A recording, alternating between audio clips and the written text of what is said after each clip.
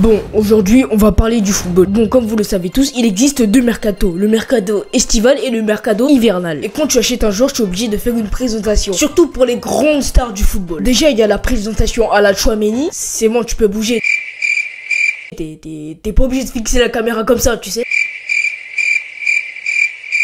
Le joueur qui fait n'importe quoi, le joueur qui est en conférence de presse qui ne sait pas parler la langue. Et les présentations ghetto comme celle d'Ibrahima Konaté. D'où tu fais une présentation de joueur dans une cité? Le football district, c'est vraiment n'importe quoi. Déjà, moi, quand je faisais du foot, j'étais gaze, mais vraiment, j'étais vraiment nul à chier. Je me rappelle le premier match que j'ai joué, j'avais 7 ans, je voulais faire un passement de jambe, je suis tombé sur la balle.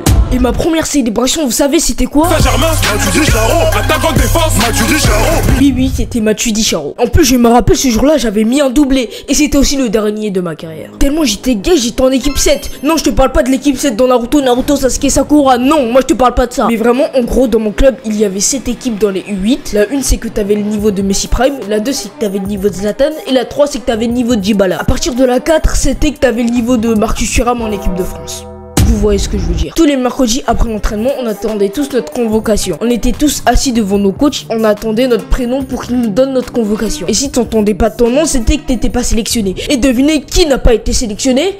C'est moi. Donc moi j'attends qu'ils citent mon nom et moi j'attends et les joueurs partent un à un. Et de là ils avaient fini de convoquer tous les joueurs et là je pars voir le coach et je dis je suis pas sélectionné. Il dit non, t'es pas sélectionné pour le match de samedi. Et depuis ce jour je n'ai plus jamais mis les pieds en club. L'un des trucs que j'apprécie le plus c'était qu'on fêtait une victoire dans les vestiaires et tout. Vous savez déjà l'ambiance. Les dribbles c'est tellement dévastateur que là-bas si t'as le malheur de tomber tu vas te faire tailler mais d'une manière. En tribune on insulte toute ta famille dans les tribunes si tu fais un mauvais match. À la mi-temps si vous perdez le coach il comme si t'étais son homme. Par contre je serais toujours choc bord de la vidéo du coach qui gifle ses joueurs. Imagine tu payes ta licence 200 balles, tu fais juste un match tranquille, tu perds à la mi-temps, vas-y c'est pas grave. Et le coach à la mi-temps il ose te gifler. Tu te fais gifler gratuitement par ton coach. Ça va pas? Moi je paye ma licence 200 balles et toi tu viens de me gifler. Si t'as le malheur de changer de club, on va te regarder vraiment bizarre. Genre même si t'as été le meilleur joueur du club, on va te regarder en bizarre. Je pense qu'il y a une paire qu'on a tous eu, c'était la paire de Kipsta de Decathlon. Tout le monde l'a eu cette paire. Moi la paire de Cropo que je voulais absolument c'était la Mercurial de Cristiano Ronaldo à la Coupe du Monde 2014. Les tacles de boucher, ça faut en parler. Il y a des joueurs, ils sont là juste pour te casser le corps. Et c'est une dinguerie. Des fois, il y a des joueurs qui font des tacles à la Sergio Ramos, on dirait que t'as un ennemi devant toi. Moi, je me rappelle une fois, j'étais gardien, oui, parce que j'étais nul. Je me rappelle, il y avait un attaquant, il avait shooté sur mon ventre, mais d'une manière. J'ai senti une telle puissance. Après ça, j'arrivais plus à respirer. Bon, les débats foot, c'est une chose à laquelle tu ne peux pas échapper en tant que fan de foot. Surtout le débat Messi-Ronaldo, c'est le débat le plus interminable.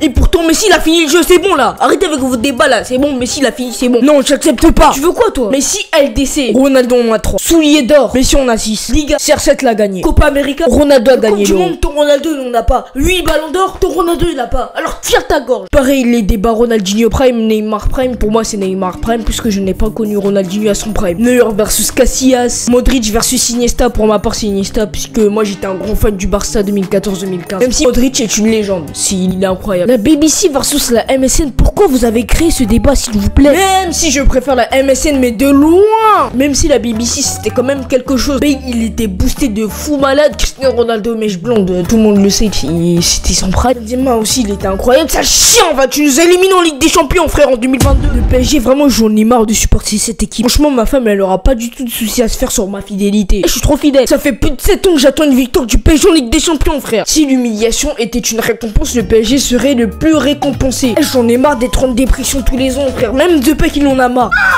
Depay c'est le seul qui me réconforte après une défaite du PSG en Ligue des Champions. Les dribbles c'est tellement destructeur que n'importe qui peut se faire dribbler. Neymar s'est déjà fait dribbler. Ronaldo s'est déjà fait dribbler. Messi s'est déjà fait dribbler. Les dribbles c'est la pire humiliation du monde. Je ne veux rien savoir. T'es là, t'es un père de famille, tu te retrouves dans des compilations de dribbles sur YouTube. Moi j'aurais tellement honte, j'aurais jamais assumé. Tu vois dans la télé que tu as acheté que tu te fais humilier en 4K. Exemple, le joueur qui en a le plus subi les conséquences c'est Jérôme Boateng. Demi-finale de LDC en 2015. Personne n'oubliera jamais ce soir. Inter-exter, il est tombé mais sale. Maintenant dès que tu penses à Boateng, tu penses à l'action 2015, ça a détruit sa carrière. Moi il y a une chose que j'aime regarder, c'est regarder des reportages des footballeurs, surtout ceux de Neymar, Messi, Ronaldo. À chaque fois ils interviewent leur famille. Moi dans ma tête je me dis il faut un jour que je sois dans un reportage de footballeur pour dire oui, depuis le début j'étais là, je sentais ce talent venir, il dégageait une aura incroyable, il dégageait ce talent incroyable que Messi n'avait pas. Il avait cette touche de balle que les autres n'avaient pas. Lui il disait à chaque fois puis je vais devenir footballeur. Et sa mère, elle